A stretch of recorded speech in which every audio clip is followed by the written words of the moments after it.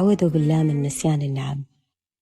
قد يقتلك الروتين الهادئ لحياتك ويضيق صدرك بتشابه أيامك، ولو تأملت قليلا لأدركت أن يومك الذي يشبه أمسك في صحتك وقرب أهلك وخلوه من فواجع المصائب هو يوم مبهج تحمل ساعاته 1000 نعمة وأنت لا تشعر.